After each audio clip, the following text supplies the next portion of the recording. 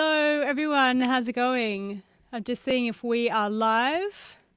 Looks as though we are. I'm just going to mute my my other window there. Hey, what's up? Hi, how you doing? Welcome to, welcome to kind of Pathwaves 2020. It's very exciting that it started. I guess it's obviously we all know. I don't need to go on about it. It's been kind of challenging.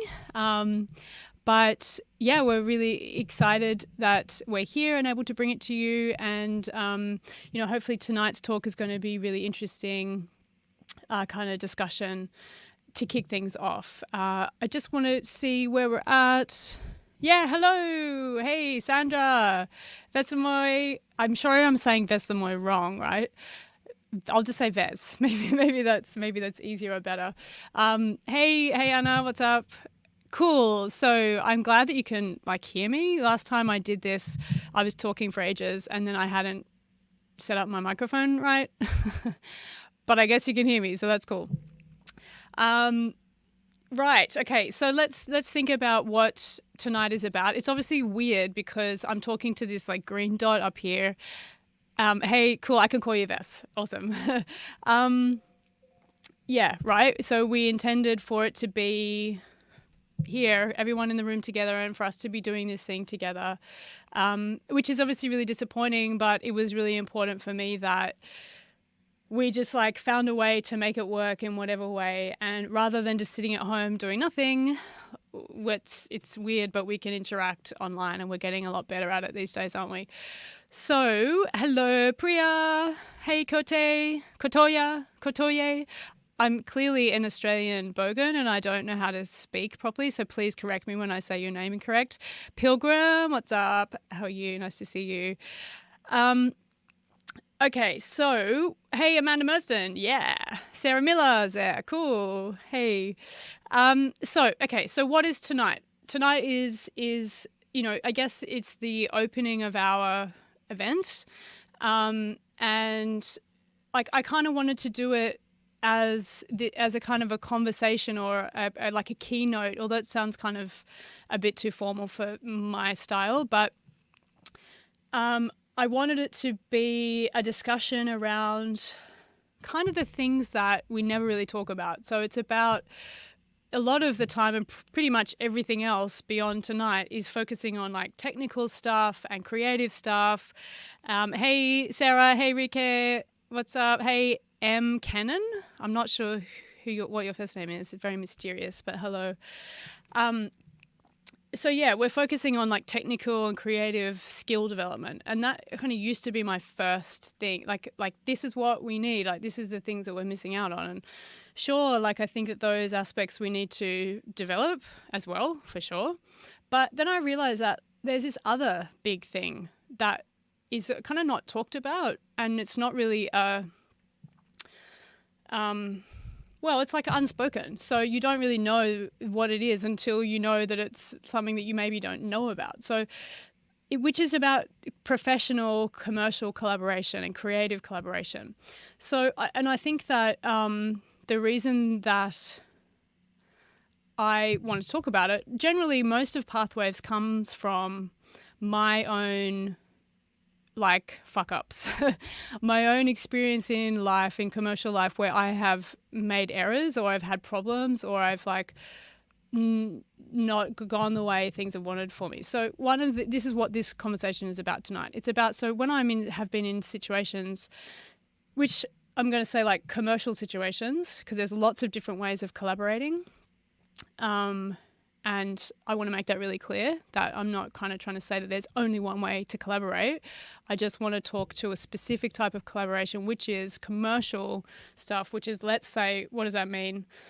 I am hired as an engineer to work in a studio with a big project with an artist that's signed to Sony, whatever, right? Or I am a producer who has been brought on by a management company to work with an artist or whatever, right? So there are specific types of situations where it's actually really important, in my opinion, to kind of know what you've been brought in to do and to be respectful of those boundaries. And one thing that I understand, and particularly for myself, when I first started out, I was so, I guess, like, I wanted to show how like I could do all this, you know, I wanted to prove myself, and that sometimes I stepped over the line and I actually lost jobs because of it, because I was too forward, or maybe I was trying to show off too much, or in the other converse can be the situation. Like if you're an engineer, like what do you need to do, and just shut up and do it about it, you know? And like if you're hired as an assistant, should you be giving your creative input? These are the kind of things I want to talk to. All right.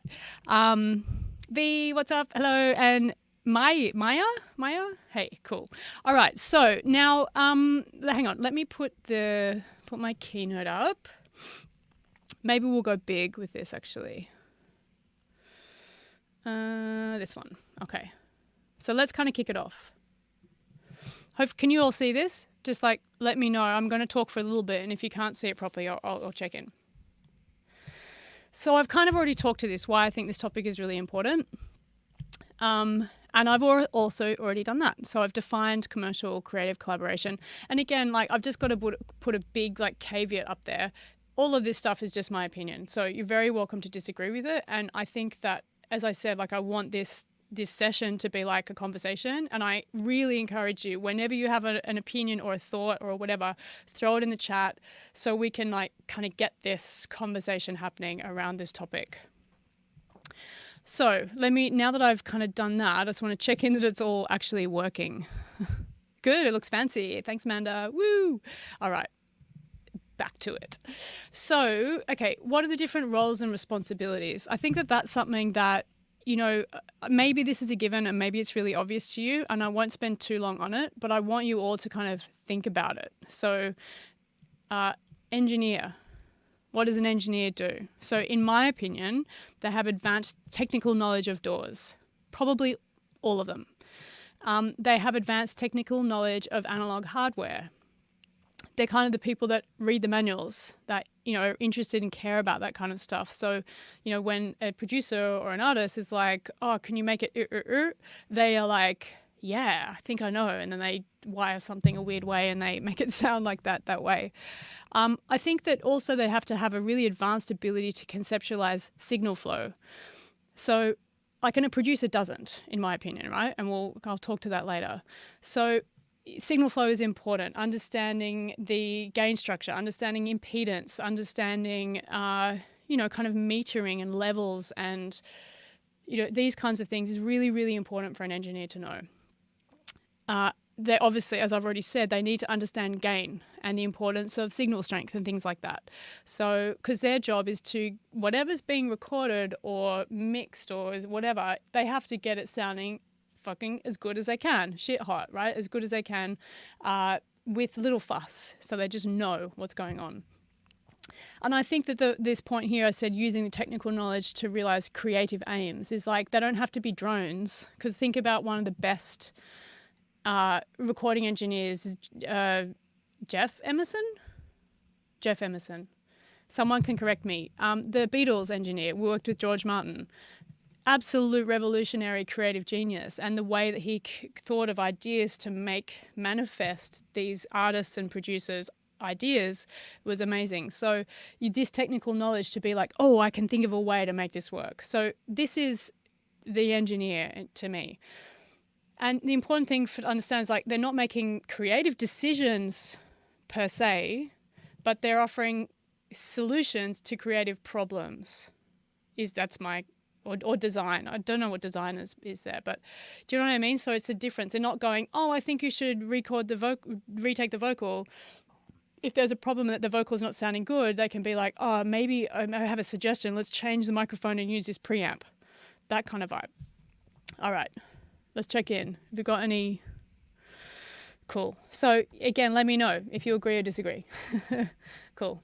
So a producer. A producer to me has an advanced knowledge of kind of everything. Probably they're the know-it-alls. They're, you know, and I think a lot of, you know, kind of marginalized people fit into this kind of can do everything category. But what I'm wanting to put to you tonight is which of these, you don't have to be just one thing, but I think in terms of a commercial context, is there a thing that you, does it flow with you better? That's what I'm interested to talk about. So anyway, the producer has an advanced like overall knowledge of everything. Maybe they're not the detail of signal flow and stuff. I think it's important that producers have musical knowledge, things about like standard, tonal music and melody, rhythm, harmony, stuff like that, song arrangement and sound design. They probably have engineering skills, but they don't necessarily have them, but they definitely would have kind of some. They would also have sound design skills generally. Also, producers are often the project lead. They manage the logistics and the organizer. They're often very much the negotiator. How can they kind of work with the different energies and interests to manifest this idea? So I think the important thing for a producer is to remember that we're always focusing on like the vision of the song. Okay, so it's like, it's not what the producer wants, it's not what the singer wants, it's not what the engineer wants, it's what the song wants. So like really the integrity of the song to me is really important. So there's lots of different types of producers, okay, particularly these days. So we've got, the project lead, which is like the song CEO. So someone that I would say that would be like that. Sorry, I don't have it's like a guy reference, but that's cool, is Rick Rubin. So he's known to be, he kind of sits up the back, doesn't get too involved, but he will let it be known when he thinks something's good or bad. He lets people go to it, but he's, an overall kind of brings people together and lets them do their thing. Then a more kind of contemporary one is like a beat producer or programmer, and sound designer. So someone might have a song and they'll get in and make the beats and make it, kind of better and develop the sound design and the arrangement. Then you have a producer that is like a co-writer. So maybe they have a more musical background and they're likely to kind of work in a co-write context with an artist to develop an artist's idea and co-write songs. And then of course we have solo producer, which I imagine that a lot of us here kind of know a lot about. Cool. Just seeing if there's any more comments or anything. Throw them in when they're there. Okay, so a songwriter for me is a person who is like a poet. They're a storyteller intrinsically. They have something to say. They have a way of saying it.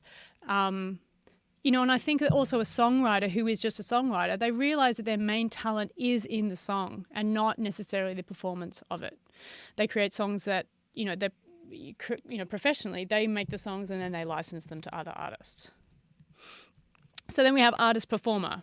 So the artist performer is going to connect with the producer. They will look for songs to develop and they might be involved in the production in terms of approving ideas and stuff like that. Or they might just be there as the vocalist and as the person who will perform it. But this performer will have a vision of how they can work with a song and how they can transform it and transport it into their own and express it from their own perspective. I think that's very important. Then we have the artist, the songwriter, which is also a top liner. So they're singer-songwriter type thing. So they're writing their own songs and they are probably connected more to the development, let's say, of the song. They might just write melodies and lyrics and work with a producer to build the song in terms of a co-write situation with like, harmony and chord progressions and structure and stuff. Or maybe they actually write the full song and they enlist a producer to help like refine the song, enhance it, tighten it, bring it up to its fullest.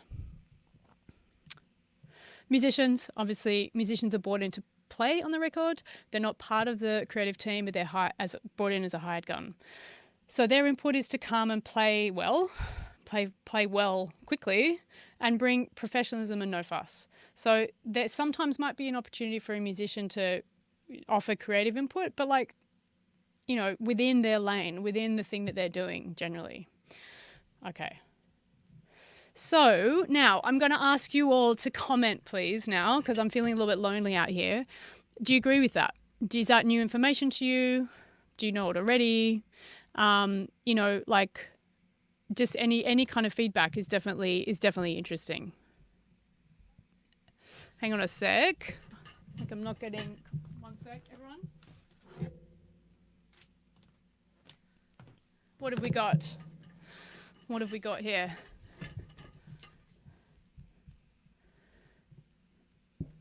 Hello, hello, hello. Where has everyone gone?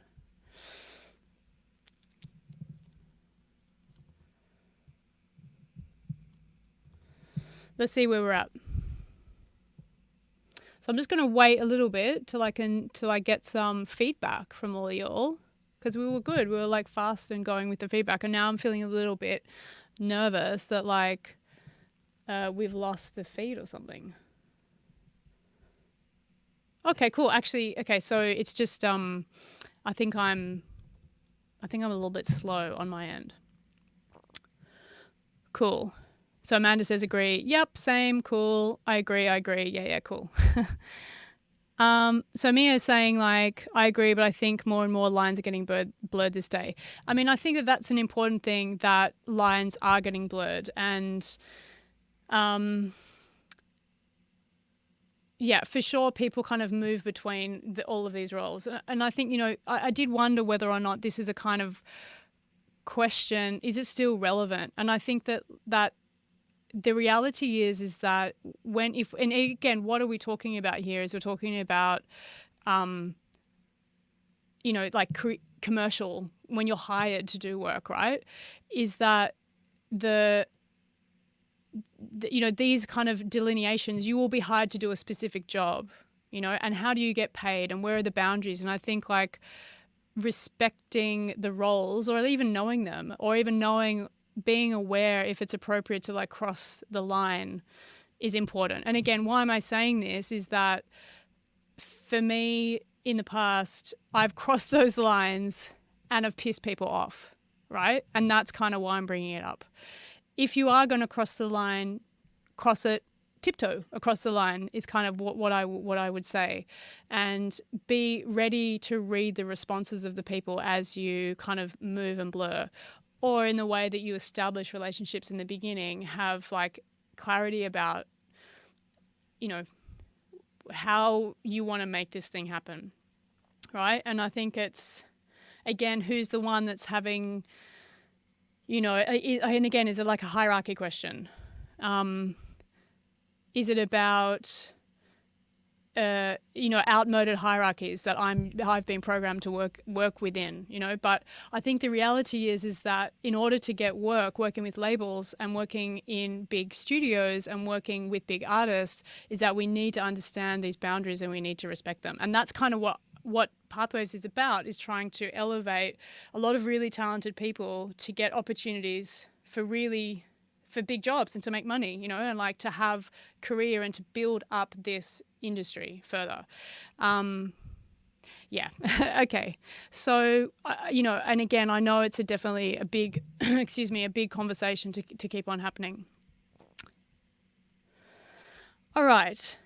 And I think that, again, one of the things to mention for me is that like we can feel all these roles. This is the other thing that I think is really important, is that I can do everything. I can engineer, I can sing, I can play music, I can do a string arrangement, I can produce, I can sound design. But the question is, should I? When is it time for me to sit back? When is it time for me to offer what I have? When is it time for me to let other people in? So let me just kind of move on with the chat. Okay. So here I want to talk about some key ideas around creative collaboration. Actually, before I do, I just want to knock back in. Thank you so much for all the chat. It's really, really interesting. A lot of people agreeing with Maya, who's saying, actually, I'm going to put this up on the main screen. Let me just get back to it. So where are we at? I think this one, right? This comment from Kotoye is like, it is, a lot of contemporary artists are kind of blurring things together for sure. And then what Amanda says, so Amanda's comment here is that a lot of people that she works with are really specific in their roles. And maybe that's a reflection of the commercial sphere, because Amanda is working as an engineer at, a very busy commercial studio in London. And I think that absolutely, this is this environment where these roles are important. So, Vez is saying, okay, so I think that that's in commercial spaces, And that is in commercial spaces. And that's the point, is like, that's what I'm talking about. What Pathwaves is geared towards is about us being able to utilize our skills. Hang on, I'm going to go big here. I'm going to go big here because I'm saying something important. Us being able to kind of monetize our skills, like get paid for the things that we're great at, and find ways that we can collaborate. And why am I as a producer not being hired? Why is it the cis man that's being hired over me? No shade on the cis man, again, I just want to make that really clear, but I'm interested in understanding and breaking down what the barriers are to me being able to get those jobs, and by extension me, and what Pathways then became about, the wider community of people that are like me and beyond. So that's kind of where I'm at. I think that, again, to be really clear, like, this is not about so many ways of collaboration and kind of do whatever. But if you want to work in this environment as a commercial producer, or as an engineer, or as a professional songwriter, this is where the conversation is steered. So, okay, there are a few more comments.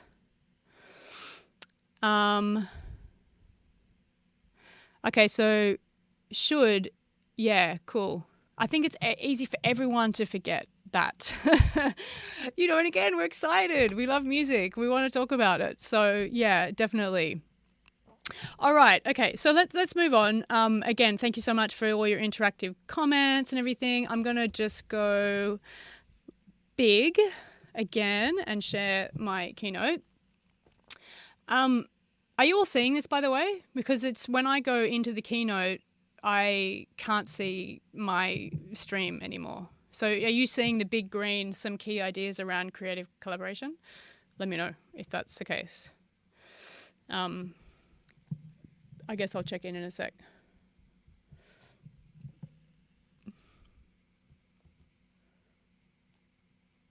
Okay, actually, I just checked myself. It is working. Cool, okay. So some key ideas around creative collaboration. I think we've already started to talk about these. So who is in charge? And also, what does it mean to be a boss in creative situations?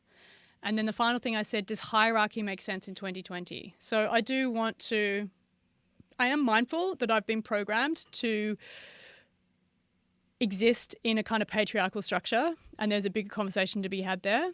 But the reality is that there is a certain structure in commercial environments that if I want to get paid, I have to learn to play along with. So there is that kind of thing to say. And so that's the kind of hierarchy question. And I would also like to continue this conversation. I should just say, like, from this like any of the masterclasses, these masterclasses are a springboard for you to talk more amongst yourselves, to talk with the mentors, to talk with me. It's not like the end of the conversation. Anyway, and I'm sure that I can be taught a thing or two about breaking the chains, my bondage from programmed behavior and stuff like that. So let me know. Anyway, okay. So I also think, before I go to the big question of who's in charge, I think it's also important to talk about what does it mean to be the boss in creative situations. And I'm sure that a lot of you have feedback around that. So I throw that question out to you. What does it mean to be the boss in creative situations? Does that exist for you? Is hierarchy dangerous for you in creativity? Is it beneficial? Is it important? How do you negotiate it? Okay, so I'm going to check in on your comments in a minute. I'm just going to talk a little bit to this point. So who's in charge, in my opinion, is very important, and how they're in charge is also very important. So I think who's in charge is really clear, and I'll go through that in a second. How that they're in charge is, I think particularly in creative situations, that people felt heard, but there does have to be a point where someone can make a decision, because if not, there's no direction. If you continue to listen to a million different ideas, then you end up with a song that has it's just kind of got no life or energy to it. So I think I said initially that we serve the song, and I think that the song is ultimately in charge. But who is the gatekeeper? Who is the trustee of the song, let's say? And I think that kind of can be up for a little bit of debate. But I think a producer is brought on board in a commercial context because people trust them to be the trustee of the song and to be devoted to that mission and to really like uplift it, and to also have the kind of developed sense of space, I guess, to be able to facilitate other people's ideas respectfully, and then to respectfully make a decision and move forward, you know. And I think that to me is probably one of the hardest things, something I'm still working on, to be honest. It can be really difficult, and then we have the thing called ego, right? But I think that if more people kind of understood, like, and was, you know, we kind of had more of a sense community-wise about the expectations and where to put our energy, I feel like it would be better somehow. I don't know if that's true or not. Let's see what you have to say. So hang on, I've got to take out. So yeah, Anna's saying, I think ideally it should be an ego-free zone. Like, amen, defo. For sure, you know, and I think that, I mean, I want to talk to that a little bit. I think that can be really hard. I like this from what Sarah says. Instead of thinking about hierarchy, could we think of a producer as a facilitator? Totally. Like, I think that's a really, really good, that's a good perspective. Okay, what else have we got here? Maya's saying, if there's a songwriter, then I definitely want to do justice to their vision and not work the song from the perspective of my own baggage. Yes, definitely. Sandra, what's Sandra saying? So it depends on whose vision it is. Yeah, it's always for the song and the whole thing. Openness and discussion on, yeah, so like being able to talk around it. Absolutely. I mean, and I think that like another thing, you know, to kind of say about it is that, actually, I'll just take that one out.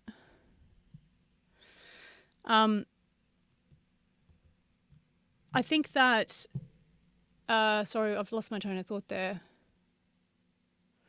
Anyway, I lost my train of thought there. I'll just keep on moving. But, you know, definitely I think that it's something that needs to be aware of. And generally a producer is brought on because people trust their capacity to be able to kind of, you know, do that and work that for sure. Okay.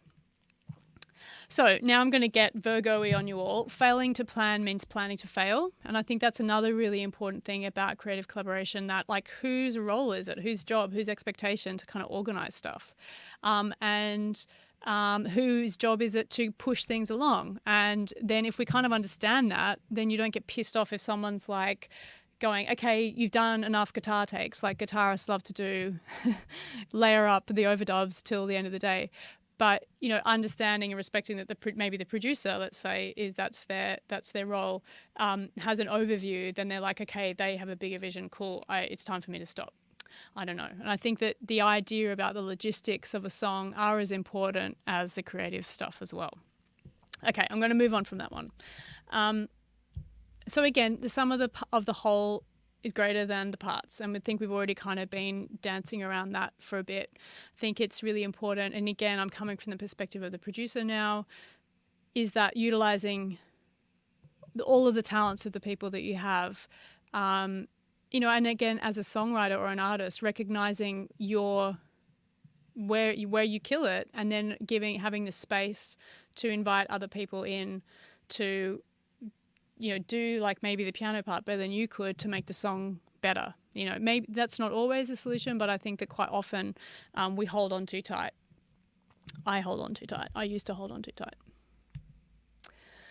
So another thing that I think is really important is about reading the room, which I've already spoken to, is that, you know, it's important to we're all really different people. We come from different backgrounds. And I think particularly with marginalized people, we have triggers that are waiting to go off. We have insecurities, and we have varying expectations, etc. Right? So we might enter a situation with best of intentions to be ego-free, and then something happens, you know? And that's obviously life, but I do think that marginalized people are kind of more, you know, life is more challenging. And so I think that this is a real thing that needs to be looked at.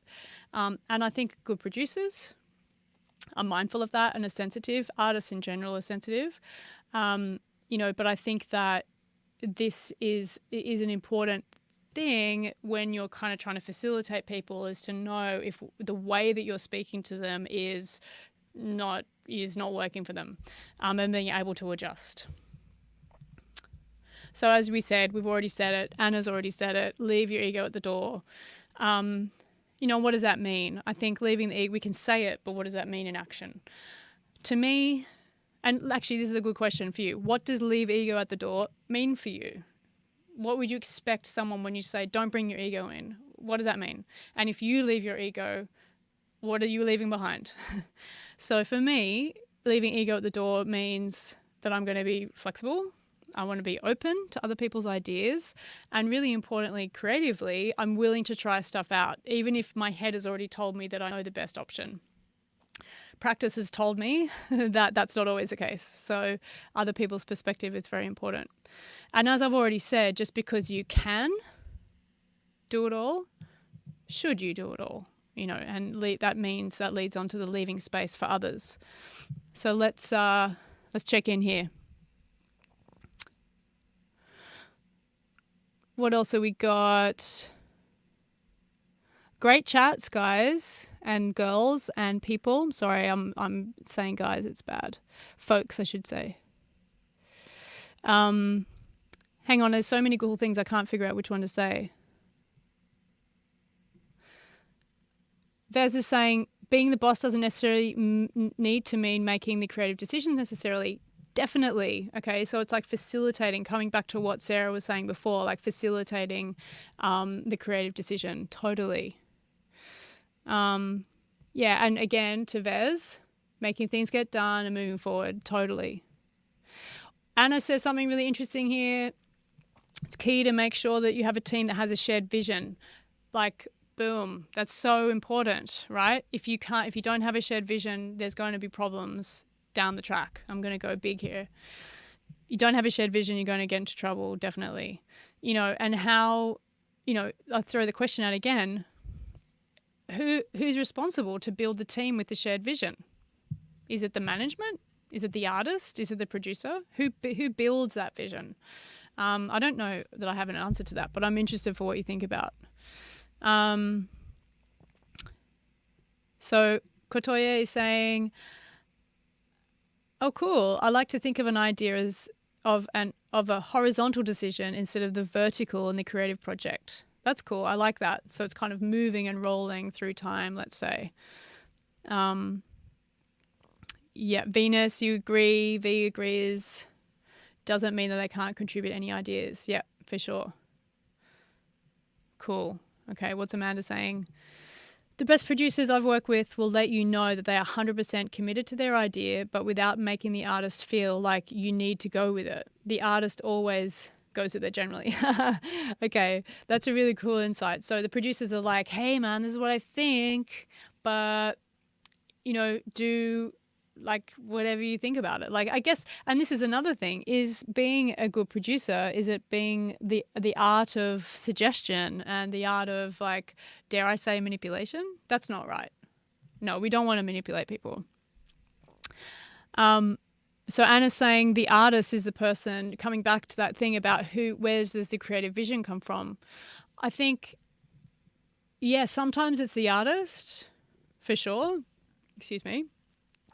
I think oftentimes in commercial context, it's the artist in concert with the producer. Yeah. I don't know. Tell me what you think. I definitely learned that the hard way, even though when you struggle to ask for help or assistance, you've got to overcome that fear because it hurts in the end result of the project when you try and do it all yourself. Yes. It's definitely very hard and it's not fruitful to go it alone by yourself. So I mean, again, coming back to that question, how do you leave the ego at the door? I think I kind of went back over it there, but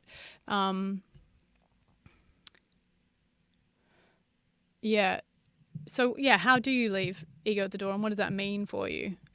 One sec, I'm just going to take Vez's. Oh, cool. Okay, so we've got an answer here from, is it Maya? Yeah, Maya. I tend to remind myself to contribute my ideas without expectations. Okay, wow, yes. It's like, this is also, by the way, this is a mindfulness session. How do we, rise to bodhisattvas, etc. So Pilgrim's saying, I think that there's a difference between ego and healthy competition.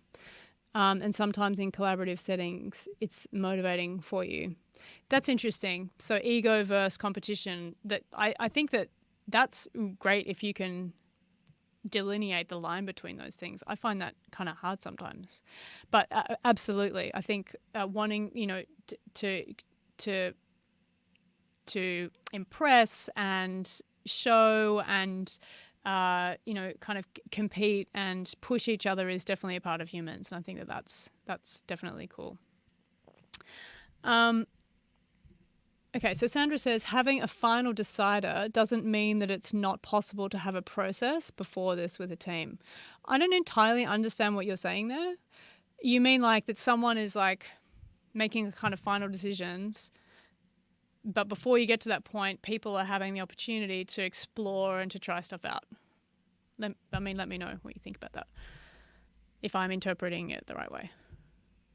Anyway, okay, so let's oh, cool. Hang on. Just before I go back, I saw something cool from Anna. Right? Yes, this is a really good point. It is, as a producer, it is often just like supporting the people around you, particularly the artist, to get the vibe.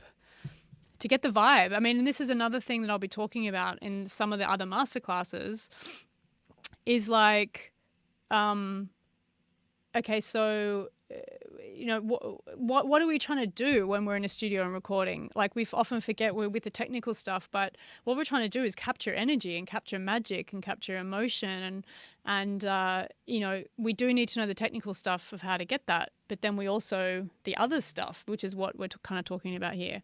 Yeah, defo. Cool. All right. Okay, so we'll keep on moving.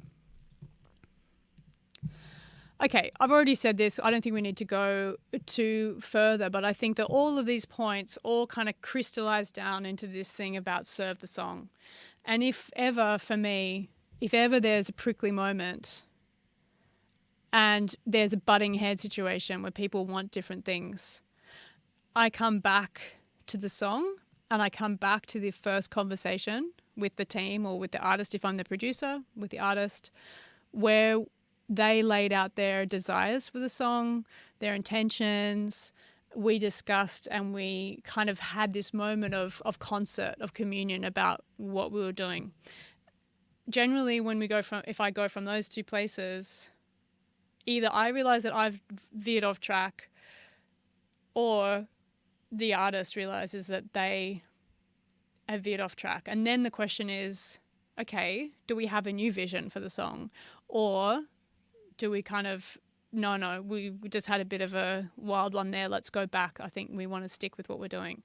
Again, none of it's wrong. It's just about understanding where we're at. That's, again, yeah, my vibe on it. Right, okay, so the last one, before I get into this, final comments on the skill of working collaboratively and particularly being a project lead. So Sarah, what you got to say? Good producers, in my opinion, have a little bit of telepathic ability or just an intuition. They give space for those who can't naturally express themselves, and boundaries are important to express. Yeah, I definitely think that for sure. Good producers have this capacity to sense what other people feel or need or want. And that's another thing like that I would kind of bring forward, is that I think that, okay, it is a difficult thing to kind of know how to present it the right way. I have a philosophy background, right? And I have I come from like Platonic philosophy. And one of the things that I learned was about, and I'm going to keep it binary at this stage because the language was binary in terms of classical Greek philosophy that I learned, was that the women were excluded from public life and were with this public and the private domains. And the ways that we were able to be in an environment was to be the bosses of the private sphere, and the public sphere was for men, right?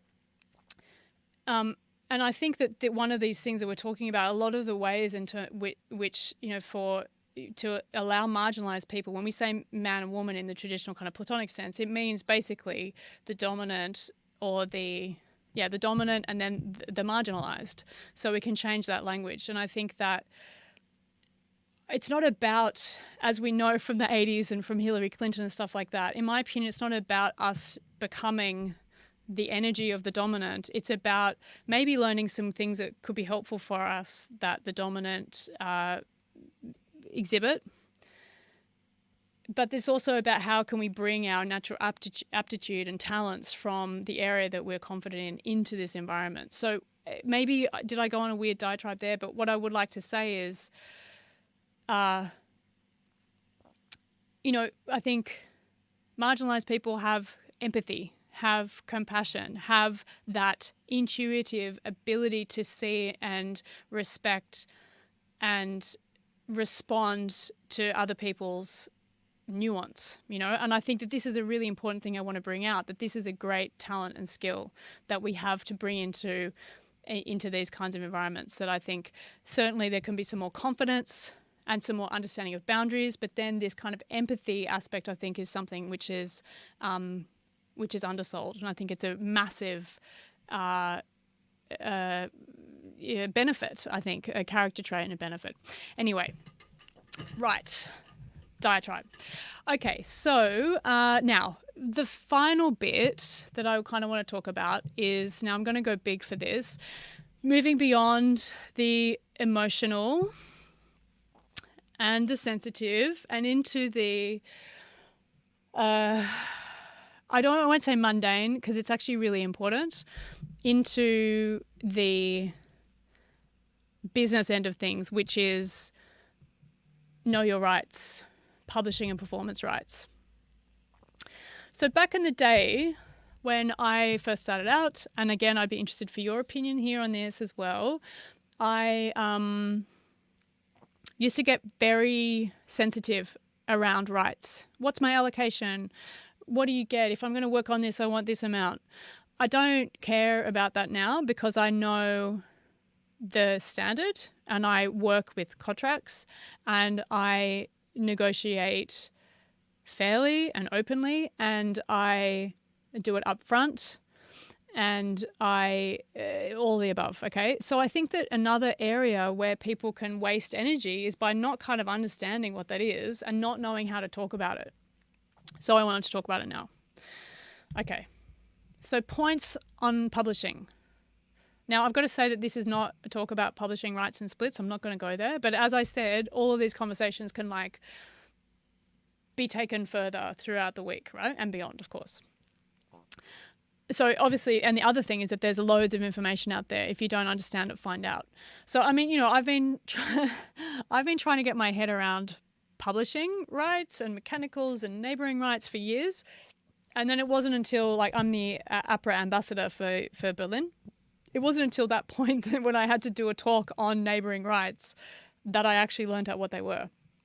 So, yeah, it's confusing. It's ridiculous. The history of it is ridiculous. It goes to show that life has it's not organised, it's chaos, but whatever.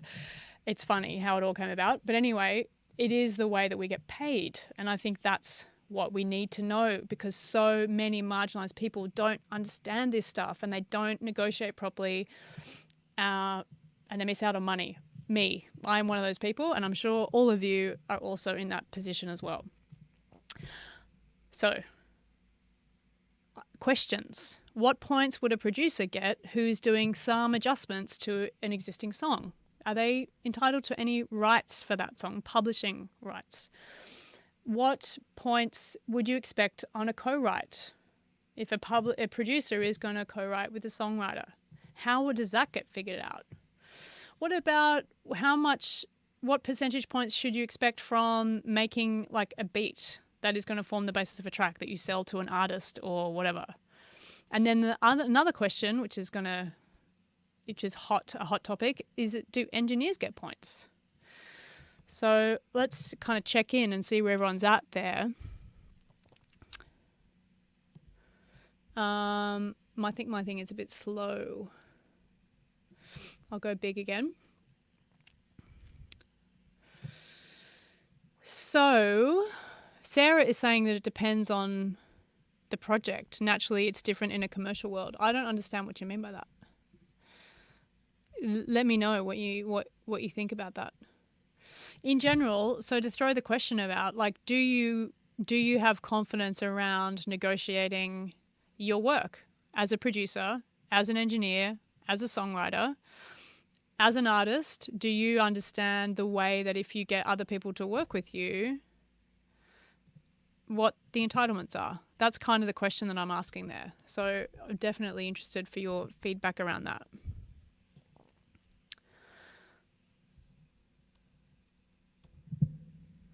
Oops, hang on a sec. Sorry, wrong one. So Vez is saying, from my knowledge, engineers don't get publishing points. And that's correct. In a traditional context, that is correct.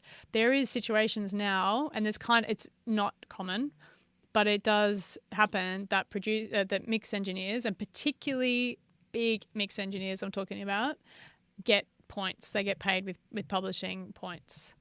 The other aspect is that and I think why this conversation is also interesting in general is that if you are not paying someone upfront, what are the ways that you can, come to an agreement about how you can get them to work on your project? Like, I think that, working for free is not cool. I think that there are certainly some times when you're at the beginning of your career where if the person is a really big deal and you think it's going to be really good for you that you work for free.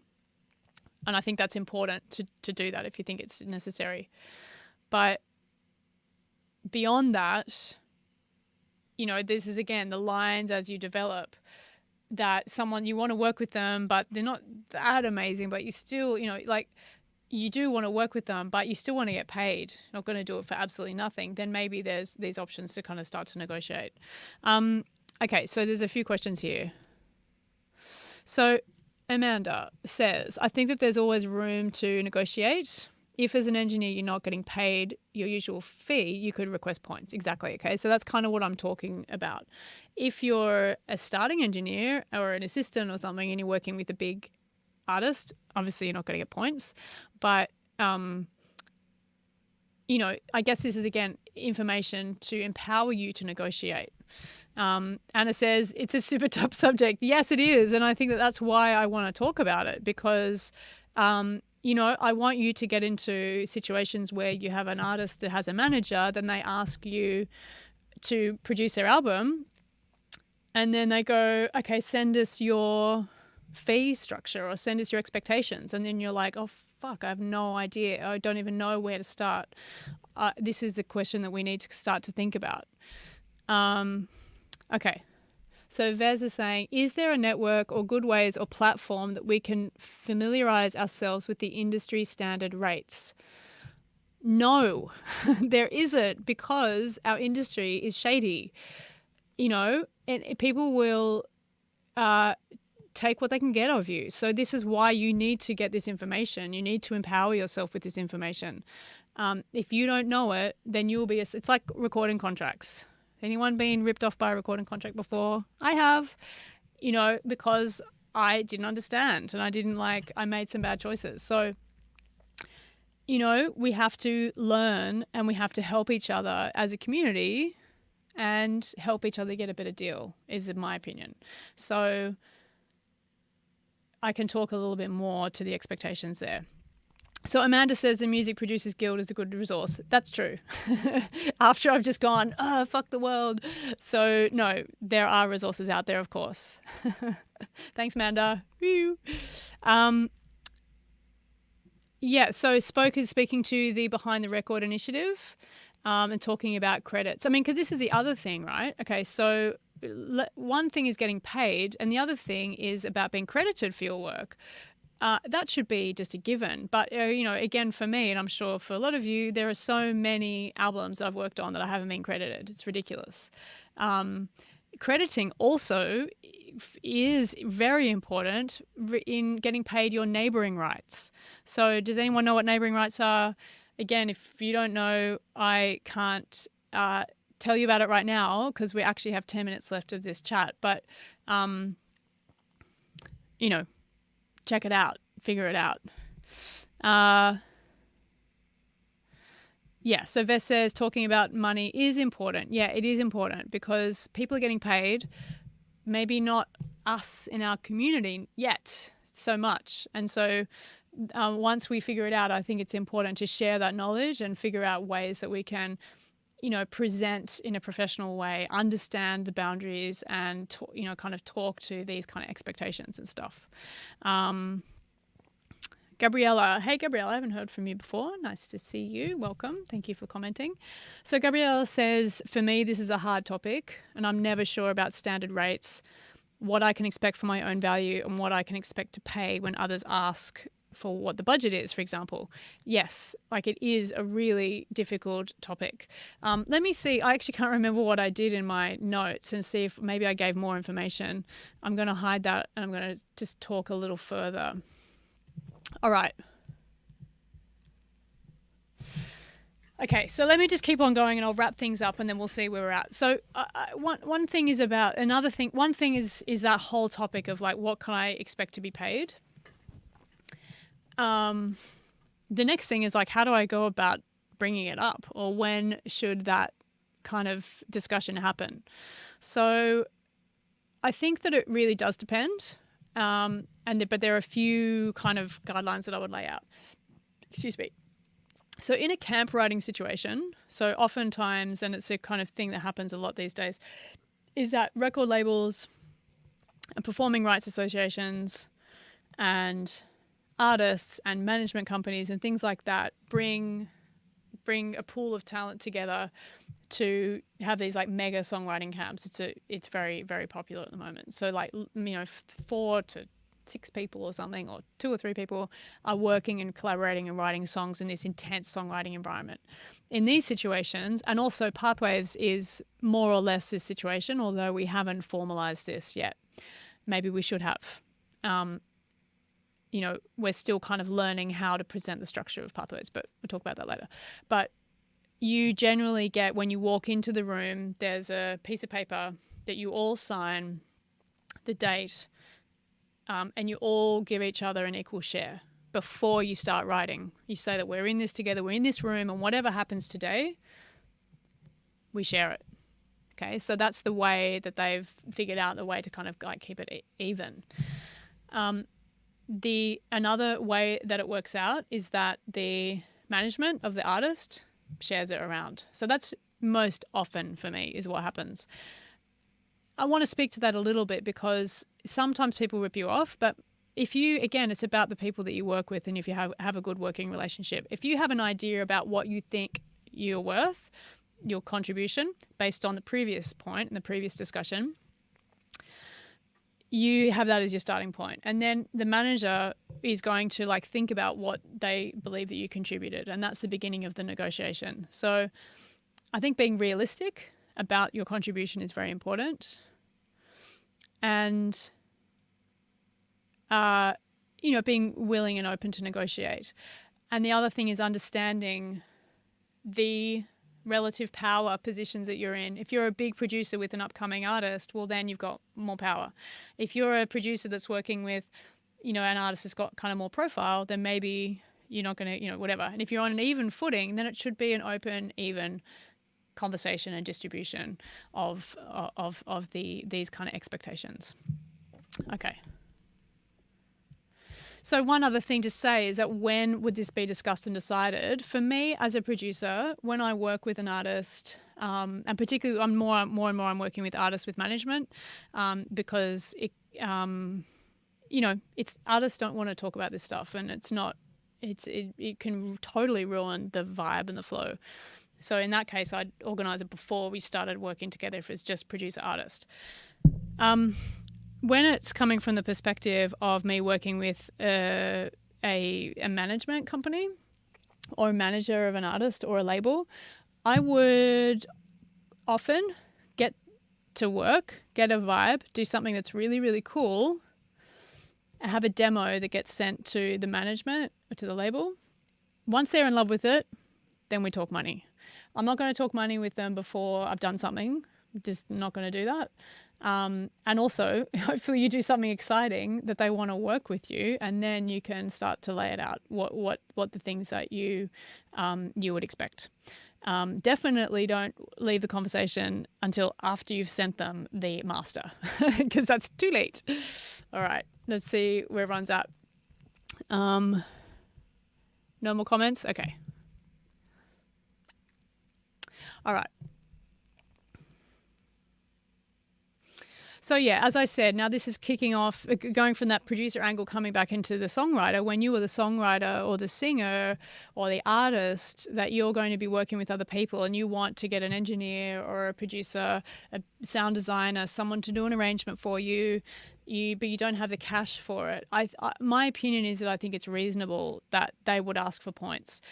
Also, asking for points means that they believe in the capacity for the song to make money. So, it's like, cool, okay, let's do this. And also they're probably likely to promote it and advertise it so that it does make money. So I think that people holding the kind of things too close to their chest, if it's a collaboration, we share the wealth in certain situations. Yeah.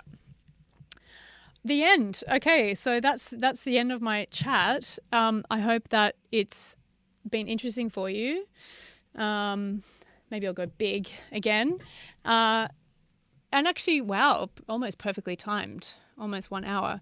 So thank you so much, everyone, for listening, and for more than listening, for everyone for your contributions to this conversation. It would have been nothing without all of your feedback. I really appreciate it. And hopefully hopefully this conversation has excited your brains in certain ways to think more and to learn more. Any final comments, things you want to say? Let us know.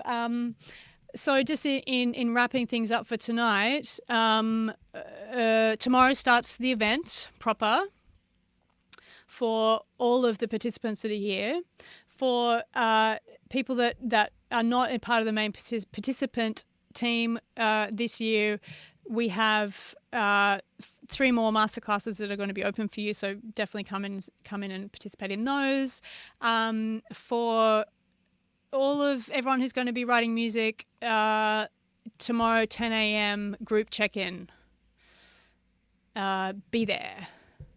Do you all know what's happening with that? All the participants?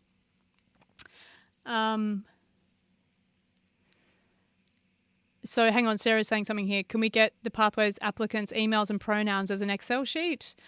It's in the program booklet, I believe, which is all link clickable.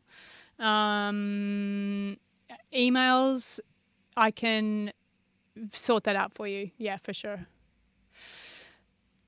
Thanks, everyone. Oh, hey there. Miss Noid says it's been really great. Thank you. Hey, what's up? Thanks for listening. Yay, Amanda. Yay, V. Woo. Thanks, Spoke. Ciao. Thanks, Maya, sorry. Diana. Hey, Diana. Great. Thanks for coming. Yay, Bez. Cool. All right, everyone. Enjoy your Monday night. Thanks, Misha. Thanks, Anna. Yee. Okay. See you later.